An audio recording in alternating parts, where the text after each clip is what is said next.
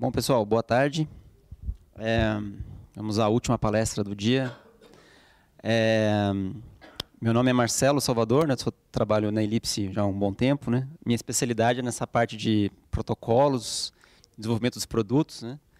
E hoje eu vou falar um pouquinho para vocês sobre o que há de novo nessa parte que a gente chama de Smart Substation. Muito tem se falado sobre Smart Grids, redes inteligentes. E dentro da subestação não seria diferente, né, que a gente tem também algumas quebras de paradigmas, alguns fatos novos que permitem que a gente integre múltiplas funções dentro da subestação.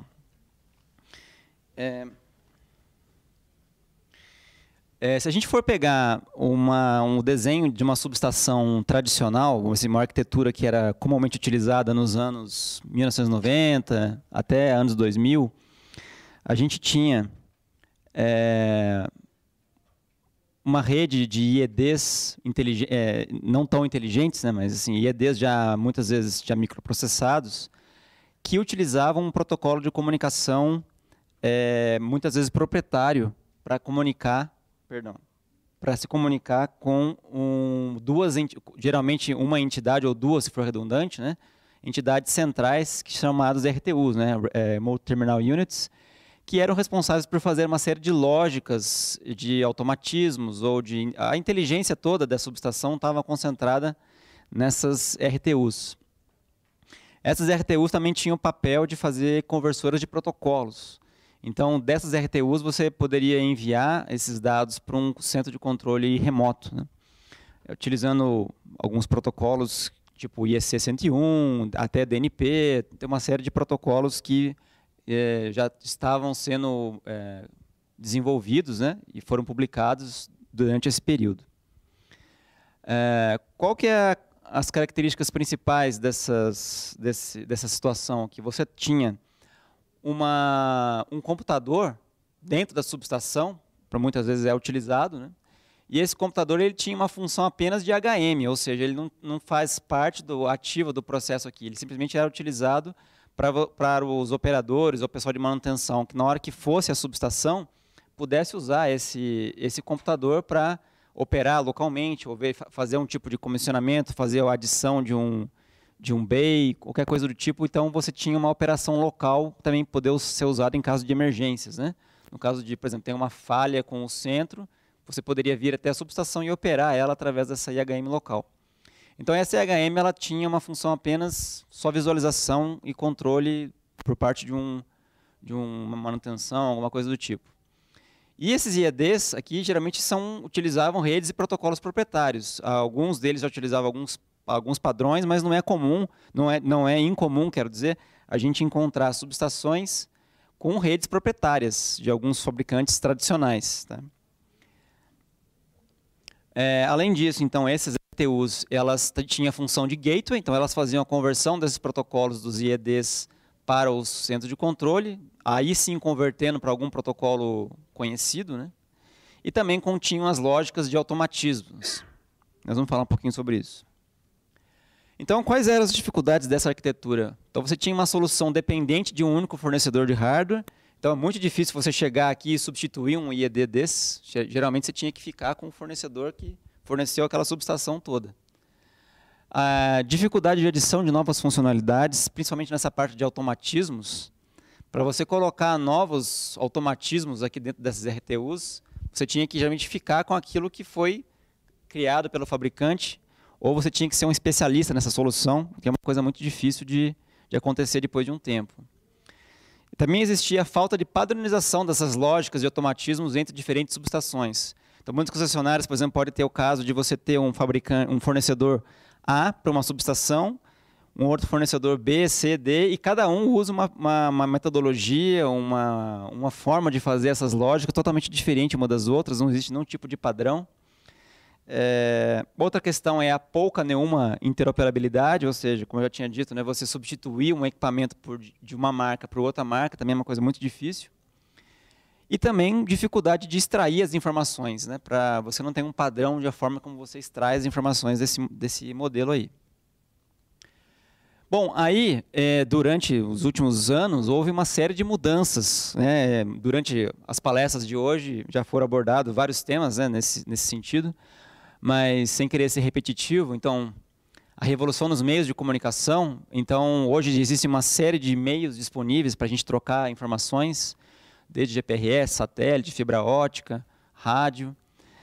Também, outro fator de mudança muito significativo é o padrão IEC 61850, que ele proporcionou uma série de benefícios, principalmente interoperabilidade, ou seja, você agora realmente é capaz de pegar um equipamento de uma marca e misturar com o de outra na mesma rede. Tá? Também a questão de performance foi muito melhorada, né? Você tem, praticamente agora é possível você fazer controle através de rede Ethernet, você não precisa passar a fiação, né, para fazer esse tipo de controle. Aumento de flexibilidade e também redução dos custos de engenharia e do ciclo de vida. Então, tudo isso são fatores trazidos pela norma IEC 850 que proporcionou esse tipo de modificação. Além disso, houve uma evolução e um barateamento dos computadores industriais. Eu lembro que há 15 anos atrás, você tinha que comprar um computador industrial para colocar num ambiente de subestação, custava tipo $20 mil, era um negócio caro, né? Hoje em dia você tem um poder computacional enorme e um custo muito inferior, computadores sem ventilação, né, sem partes móveis, sem HD, né, com estado sólido, que tornou os computadores industriais muito mais robustos, né, e muito mais baratos. Outro fator de mudança é a geração distribuída. Aqui no Brasil a gente está vivendo o começo dessa onda, né? Mas em outros países já é uma realidade. Você, devido o mundo todo tem que diminuir o impacto das emissões de carbono. Então, está se valorizando cada vez mais a capacidade de cada um, ou de cada indústria, no caso, ou até de cada casa, gerar sua própria energia. E isso tem contribuído demais para a complexidade de gerir a rede elétrica e manter a qualidade do fornecimento. Você tem, ao invés de ter um supridor, você pode ter vários supridores ao redor de uma subestação, e isso vai aumentar cada vez mais a complexidade, ou seja, você tem que, para ter esse ganho de diminuir a emissão de carbono, você vai ter que ser muito mais inteligente em gerir as diversas fontes de energia que vão estar penduradas na rede. E, então, isso abre uma oportunidade para você aumentar a confiabilidade e eficiência, ou seja, eu vou permitir ter mais fontes conectadas na rede, mas também eu tenho que gerir melhor essa confiabilidade, manter a eficiência, porque a concessionária tem que estar de olho nos seus indicadores, né? Hoje ela é muito mais pressionada para manter os indicadores de qualidade de fornecimento. Bom, então, o desenho que a gente tem visto hoje mais frequentemente, hoje já acho que para novas subestações não se fala mais em usar outro tipo de arquitetura sem ser 1850, acho que praticamente 100% dos projetos novos, todos estão baseados em EC 1850. E a gente pode ter, na subestação agora, a figura de uma solução baseada em PC, fazendo essa função de gateway, tá? Na hora de converter esse protocolo aqui para ser mandado para um centro de controle, né? Não é obrigatório que você converta o 1850 para outros protocolos, mas hoje em dia, como ainda não tem um padrão de fato que possa ser trafegado em redes de baixa banda, né, de banda pequena, ainda é uma coisa muito salutar a gente converter isso para um protocolo que possa utilizar uma banda mais estreita, tá? Porque o 1850 localmente ele precisa realmente de uma banda maior. E a outra grande vantagem é a utilização da rede Ethernet como meio de interligação entre os equipamentos, ou seja, o 1850 permitiu que você possa criar lógicas de controle, de inteligência, de proteção distribuídas entre os equipamentos, apenas mandando mensagens GUSE, né, que são mensagens baseadas em Ethernet de um para outro. Ok? Bom, então, quando a gente fala de Smart Substation, quais são as palavras que vêm em mente aqui? Interoperabilidade, né, funções inteligentes, então a gente tem muito mais capacidade de adicionar funções inteligentes. Proteção, cybersecurity, ou seja, também como você está utilizando muito a rede Ethernet, existe realmente uma preocupação com segurança, com hackers, né, e isso é uma tendência irreversível, né? Então a gente vê, principalmente nos Estados Unidos, tem conduzido uma condição de se preocupar bastante com em cada um das utilities, das empresas concessionárias, como elas fazem a gestão da segurança, né? E se preocupar com ataques, porque eles existem centenas.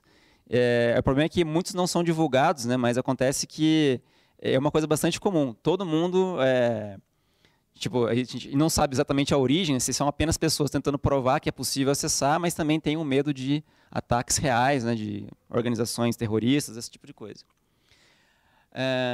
Outro aspecto também bastante interessante que eu já falei, que são as energias renováveis, aumento da eficiência e também redução de custos. Bom, então a Ellipse, o que a gente tem feito em relação a Smart Substations, né? A nossa plataforma, que é o Ellipse Power, ele leva isso em consideração, rodando em cima de um ambiente baseado em PC, tá? Utilizando, por exemplo, Windows Embedded, ou mesmo o Windows Server, dependendo da complexidade ou da capacidade que você quer dessa solução.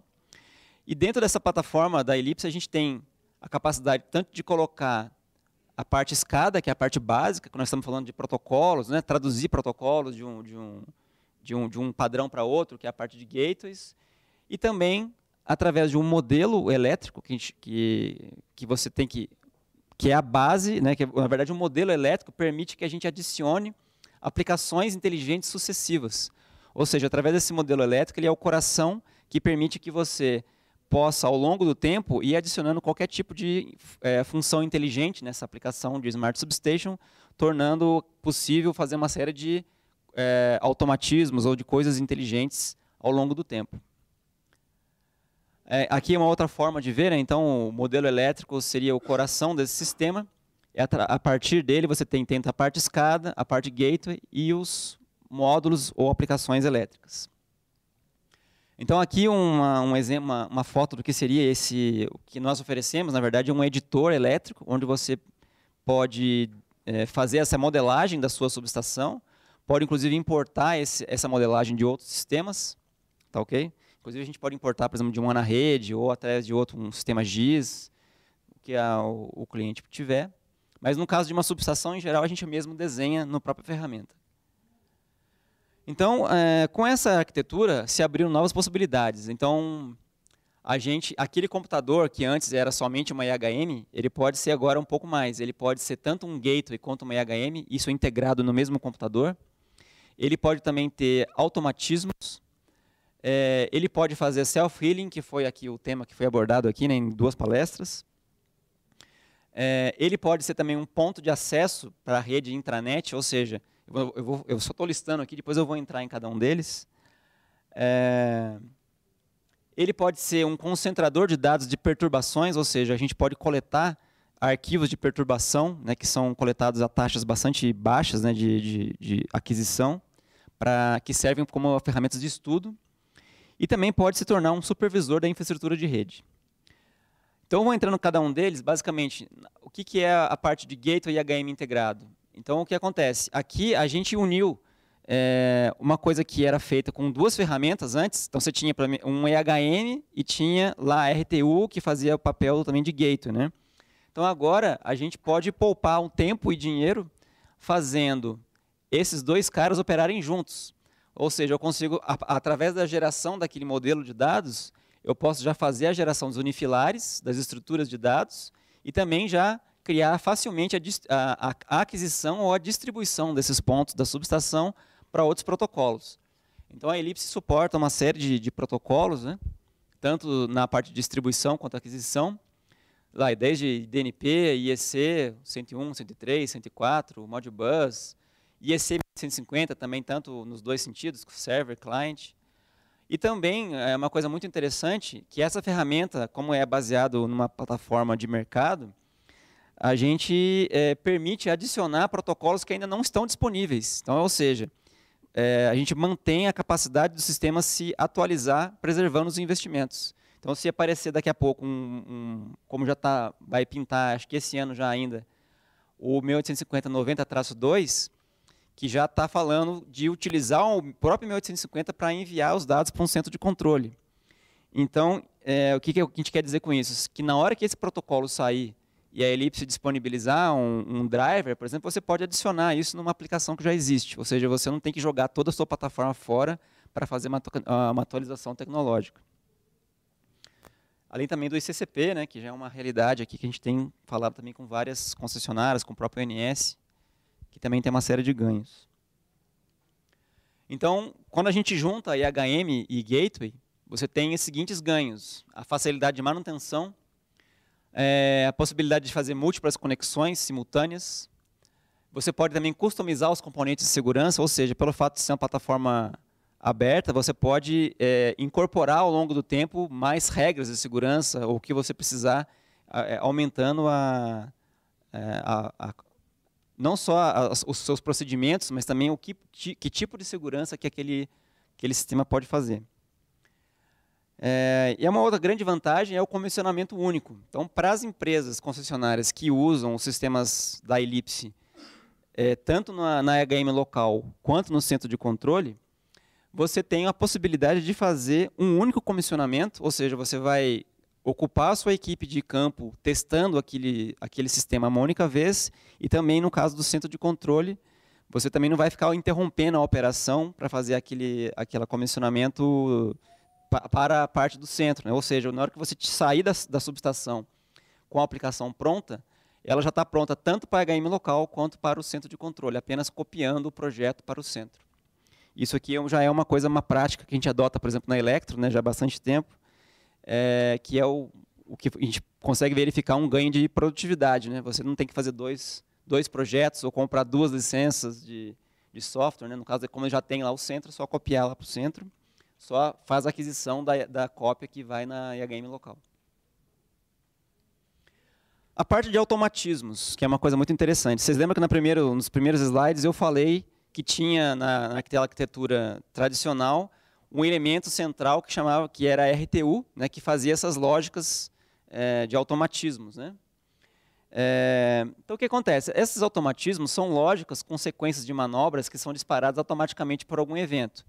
Então, conforme foi sendo desenvolvida essa metodologia, foi tornando mais clara a necessidade de ter alguns tipos de inteligências locais na subestação que pudessem ser acionadas em casos de eventos específicos, né? Vamos supor, a queda de uma linha, tem que chavear de uma linha para outra, tem uma série de automatismos que são necessários. Então, no passado, cada fornecedor de RTU tinha suas próprias ferramentas, né, e as suas maneiras de implementar. E, além da própria questão da dificuldade de testar isso, você tinha uma falta de padronização, ou seja, cada subestação tinha seus próprios automatismos, sua própria forma de testar, e a pessoa nem sabe muito bem que tipo de automatismo está rodando lá, é, na verdade, uma caixa preta. Então, você tem uma dificuldade de testar, né, e simular isso antes. E com a utilização do 1850, não há mais a entidade RTU para a centralização dessas lógicas, ou seja, você não tem... ou você coloca distribuído nos IEDs, ou a tendência, na verdade, é poder migrar para um outro local, né, como não existe mais essa RTU. Então, nesse aspecto, a solução que a Ellipse tem desenvolvido, né, junto com alguns parceiros, é o desenvolvimento de algumas bibliotecas baseadas em tipos de automatismos e também nos tipos da topologia de cada subestação. Então, qual que é a ideia aqui? Você tem a possibilidade de criar um arquivo descritor dessas lógicas num formato, por exemplo, de um XML, que você possa importar isso de uma subestação para outra. Você pode criar um formato que facilmente seja migrado de uma para outra, né? E também permite que você importe as lógicas das RTUs, ou seja, se você tem um padrão para representar esses automatismos, a gente pode criar uma forma de importar esses dados dos projetos das RTUs existentes. Também gerando uma documentação automática, fazendo também um sistema de logs, indicando para os operadores as causas da atuação ou de não atuação, transferindo automaticamente ao centro via gateway. Por que isso? Porque, como eu disse, muitos desses automatismos são caixas pretas. Então, o pessoal da operação, na verdade, nem sabe o que está acontecendo lá dentro. Se ele não atuou porque não foi testado direito, tem alguma falha, ou se tinha alguma condição que intertravava aquele automatismo, ou seja, ele não sabe nada. Então, e também é difícil da pessoa ficar prevendo isso tudo durante o desenvolvimento, para ficar mandando inúmeros pontos lá para o centro, dizendo, ah, não atuou por causa disso, não atuou por causa daquilo. Ou seja, isso aí acaba ocupando muito tempo na hora de fazer o projeto, fica muito caro. Então, a pessoa, geralmente, aquilo é uma caixa preta, né? Bom, então, isso aqui é uma solução que foi desenvolvida também pela Automalógica, né? Se tiver alguma dúvida depois, o pessoal pode... Mas é só um conceito, né? Que é uma funcionalidade que pode ser incorporada também na EHM, né? Local. Então, você permite que você escolha uma topologia padrão de uma subestação, inclusive definindo quantos alimentadores aquela subestação tem. E a ideia, o que é? É criar uma série de bibliotecas, né? Que fazem cada um dos automatismos.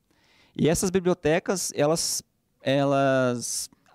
utilizam um ou mais equipamentos. Então, dependendo da lógica do automatismo, ela pode fazer referência a vários disjuntores, a um transformador ou uma seccionadora. Então, você pode ter uma série de equipamentos sendo utilizados nesse automatismo.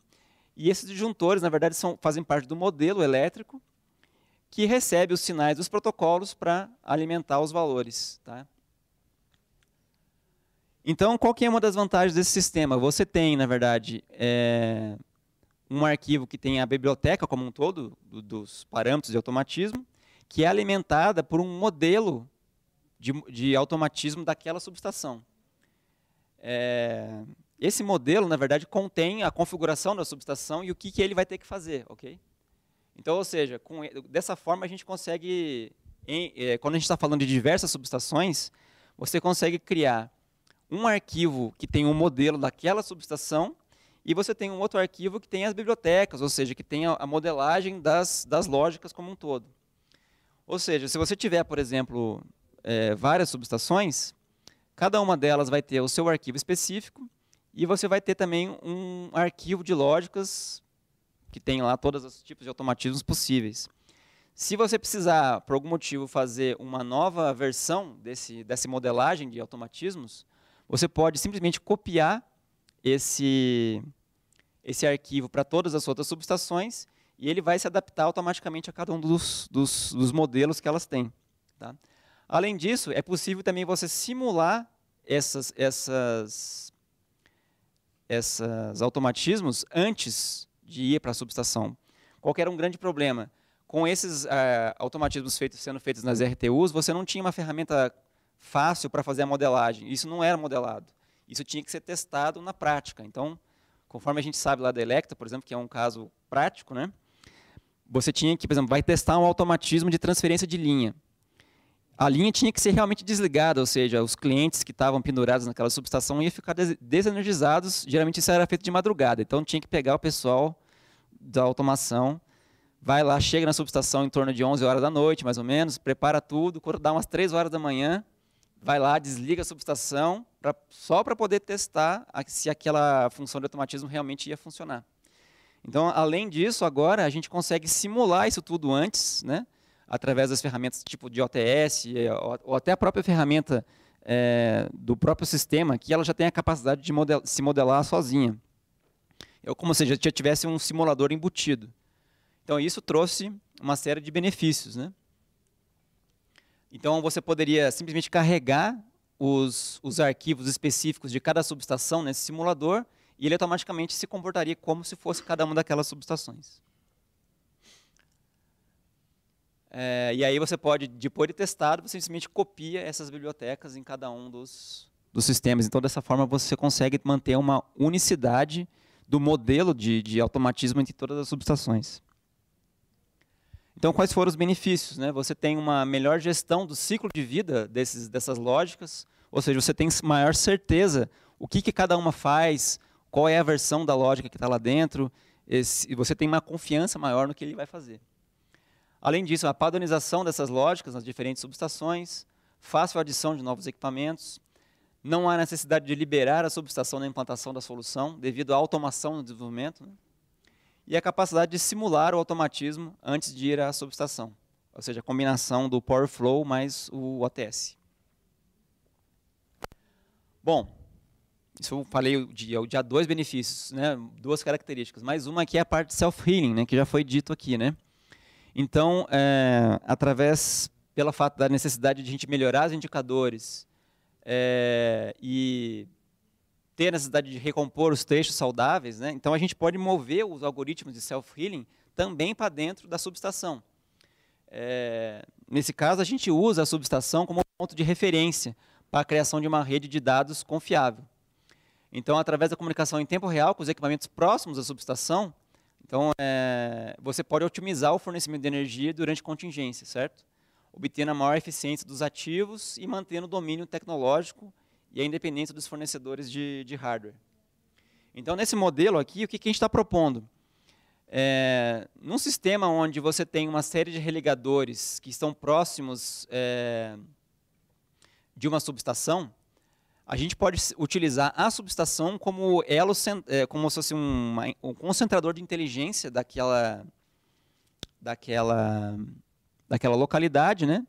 Então, a solução que está na subestação, ela vai coletar os dados dos IEDs que estão na subestação, ela vai também coletar os dados dos religadores que estão na rede. Então, ele vai fazer duas coisas. Ele vai supervisionar tanto a subestação quanto os equipamentos que estão pendurados na rede. E aí, a partir daí, ele vai poder também fazer a função de gateway, enviando esses dados para o centro de operação, tá ok? E propondo essa inteligência distribuída, vamos dizer assim. Em vez de você ter uma... Na verdade, o self-healing permite que você faça as duas coisas. Você pode rodar esse modelo tanto no centro de controle, ou seja, ele vai ter essa inteligência para todas as subestações de todo o parque, ou você pode rodar ele local, então distribuindo essa inteligência em cada uma das subestações. Tá? É uma questão de estratégia de cada uma das empresas, né? Então a gente tem empresas que preferem um modelo centralizado e empresas que preferem esse modelo descentralizado. Então, a solução de self-healing, com base no modelo elétrico em algoritmos de análise e otimização, é possível, então, você identificar a violação dos limites operacionais, transferir cargas a alimentadores vizinhos ou a trechos alimentados por outros alimentadores, permitindo, então, uma flexibilidade na coordenação do sistema de proteção da rede. Além disso, você tem também uma liberdade de escolha de equipamentos, ou seja, você não está atrelado a nenhum fabricante, nenhum fornecedor, você pode usar o fornecedor que você quiser, e também utilizar um meio de comunicação que você quiser, e se já tiver algum tipo de infraestrutura existente, uma marca de equipamentos existente, ou um meio de comunicação que você já utiliza, ele vai partir disso que você já tem, né? Ok? Bom, outra funcionalidade que pode ser usada ser proporcionada pela IHM na subestação é um access point, ou seja, muitas vezes as pessoas das empresas precisam acessar equipamentos que estão dentro da subestação para fazer, por exemplo, um download de uma configuração, ou precisa checar um parâmetro num IED, alguma coisa do tipo. E, geralmente, como é que ele faz isso? Ou ele vai até a subestação, ou ele tem que ter alguma forma de se conectar àquele equipamento remotamente. E a gente pode utilizar o próprio sistema para fazer isso. O que acontece? A gente pode criar... Na verdade, a Ellipse tem um protótipo de uma espécie de um módulo que é acoplado no sistema, que permite que você mapeie uma porta interna, da rede interna, para uma porta externa, como se fosse um NAT. Na verdade, o que a gente faz aqui é um tradutor de portas, né? Então, ou seja, imagina o seguinte: a pessoa está aqui no centro de controle e ela quer configurar um IED. Para isso, ela precisa ter acesso a uma porta específica desse IED. Então, o que acontece? Através da aplicação do gateway, ele pode fazer isso, inclusive, através do próprio centro de controle. Ele manda um comando para cá para abrir uma porta, para fazer uma rota, vamos supor, de um IP externo para uma porta desses IEDs aqui que vai mapear esse IP interno. A partir daí, ele ganha acesso dinâmico a esse IED, ele pode fazer o trabalho que ele quiser. No final, ele pode ser temporizado ou pode ser realmente dar um outro comando que ele fecha essa rota. Então, a partir daí, ele já está isolado de novo e ele não tem o risco de alguém acessar indevidamente esse cara de novo. Então, qual que é a ideia aqui? É o gateway também ajudar nesse controle do acesso externo, evitar que a pessoa tenha que ir à subestação, por exemplo, ou você tem uma forma única de controlar esses acessos. Isso aumenta a segurança, né, Na verdade, é como se fosse um NAT temporário. Ele vai temporariamente abrir uma rota para a pessoa acessar o equipamento externamente. Outra funcionalidade que a gente tem utilizado bastante é o download de arquivos de perturbação. Então, vocês imaginam que quando acontece algum tipo de perturbação na rede, ou acontece um curto-circuito, alguma coisa assim, o IED é capaz de gerar uma oscilografia, né, uma visualização das formas de onda, coletadas em intervalos bastante curtos de tempo. E esses arquivos representam uma fonte importante de informação para compreender o comportamento do sistema e identificar problemas. Ou seja, através da leitura desses arquivos, que são arquivos CONTRADE, você pode observar como é que foi, qual a fase que deu a falta, que tipo de ocorrência aconteceu, né?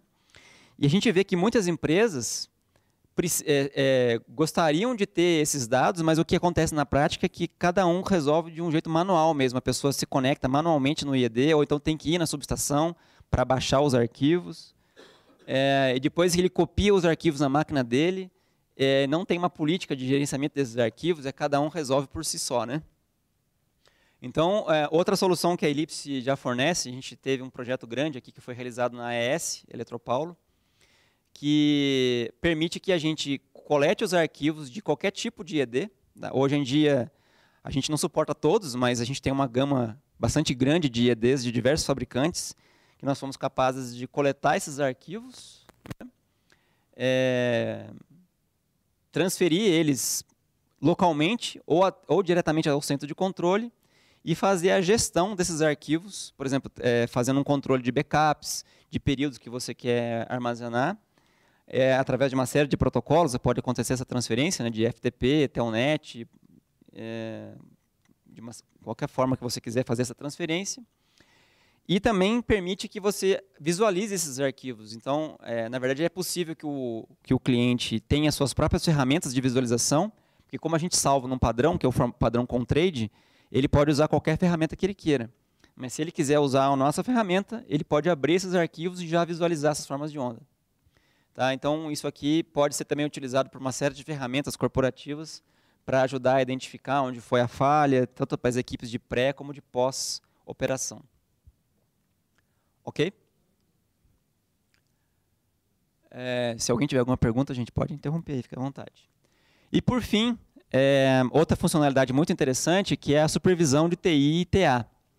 Então, o que aconteceu? Na hora que a gente migrou o 1850 para fazer toda a parte de controle da subestação, não existem mais fios elétricos fazendo esse cabeamento dos sinais, né? A gente confia basicamente 100% na rede Ethernet. Ou seja, se cair um switch, se a rede não for redundante, se cair um switch, perdeu tudo o seu controle.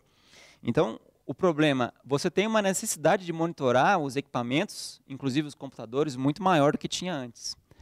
Então, o que a gente propõe também, a própria IHM seria capaz de monitorar os seus switches, monitorar as interfaces de rede dos seus IEDs, monitorar a própria máquina, ou seja, o consumo de CPU da máquina, a saúde dela, consumo de disco, todos esses parâmetros, né, do próprio gateway, da própria IHM, e enviar isso para o centro de controle.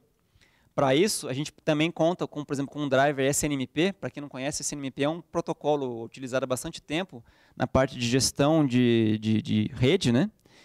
Permite que esse nosso gateway envie dados não só para um centro de controle através de um protocolo elétrico, mas também que mande dados para um centro de gestão de rede, que pode ser uma outra plataforma, pode ser uma plataforma, inclusive, de fornecedores de TI, tipo HP, uma série de outras ferramentas de gestão de rede, que também são funções específicas de gestão de rede que pode estar coletando essas informações também da subestação. Então, acho que é uma tendência muito forte, né, de você já incorporar nativamente na subestação a gestão de ativos de rede, porque a rede se tornou um ativo extremamente importante, né, que sem a rede funcionando, nada mais pode ser feito. Além disso, também podemos enviar traps, né, que são mensagens não solicitadas quando algum evento específico acontecer. Então, tipo assim, se o computador chegar a 90% de CPU durante mais de 5 minutos, alguma coisa assim, manda um trap lá para o sistema de gestão de rede, indicando que tem algum problema naquela subestação, ou que o o switch caiu, qualquer coisa do tipo, né? Então você pode automatizar para os dois lados, né? Tanto para quem trabalha com TA, como também para quem está monitorando a parte de TI. Então, os tipos de informações que podem ser obtidas. Estado de cada porta dos switches, então a gente pode monitorar cada uma das portas, se cada uma delas estiver com uma falha, você pode monitorar. Dados de tráfego, consumo de CPU dos computadores, status das placas de rede, espaço em disco, estado das portas de saúde geral do ED, tá? E envio de traps para alertar o departamento de TI ou de TA. Bom, então, a nossa conclusão, né, que a função do computador dentro da subestação não está mais ligada apenas a de HM local, né? Então, devido a todos aqueles fatores que eu listei, né, são fatores históricos, né, também de evolução tecnológica, permite a integração de múltiplas funções inteligentes dentro da HM. Outro fator é que diversos avanços das normas, principalmente na 1850, apontam na direção de uma entidade central, redundante, para controle das funções de troca de dados. Então, o 1850, o TC57, que é o comitê que elabora diversos protocolos, né, inclusive 1850, eles estão trabalhando fortemente em novas revisões do 1850, e em breve a gente já vai ter essa parte de... Na verdade, essa norma aqui entre subestações já está publicada, ou seja, como é que você faz comunicação entre subestações usando 1850. Além disso, entre subestações e centros de controle, e também entre a subestação e aplicações corporativas, com o intuito de fazer, por exemplo, gestão de ativos, manutenção preditiva, preventiva, utilizar as informações que já são modeladas pelo 1850 com outros sistemas. Então, isso aqui também é uma tendência. Então, a nossa ideia é o seguinte: como você tem uma plataforma que é aberta, que ela é passível de você incorporar novas funções sem você perder nada daquilo que você já tem, a gente tem aqui uma plataforma que está preservando seus investimentos, ou seja, você vai conseguir agregar novas funções nela, mantendo tudo aquilo que você já conquistou ao longo do tempo. Então, em termos de impactos e benefícios, né, no geral, diminuição de tempo, desenvolvimento e custos de projeto, por uma série de motivos, inclusive, como a gente falou, né, de poder fazer um comissionamento para 2 aplicações uma vez só. Um ambiente voltado para a gestão do ciclo de vida, ou seja, você tem uma parte que você controla melhor suas alterações, suas expansões. Como é que eu faço para adicionar um BI novo, né? Então, antigamente dava um trabalho danado, hoje em dia você consegue fazer isso de uma forma muito mais simples. Você pode obter, então, benefícios imediatos na melhoria dos indicadores, tanto aplicando esses algoritmos, como a gente falou, self-healing, que isso tem um impacto imediato nas empresas. Diversas opções de conectividade, inclusive adição de novos protocolos. Suporte a funções inteligentes, né? O self-healing é um dos módulos inteligentes. Na verdade, eu acho que vai ser o principal, mas imagine que durante o tempo, novos módulos, novos algoritmos inteligentes queiram ser incorporados, então a plataforma também permite isso. Além de utilizar toda a infraestrutura que a empresa já possui. Ok? Era isso, pessoal. Se tiverem dúvidas, estamos à disposição.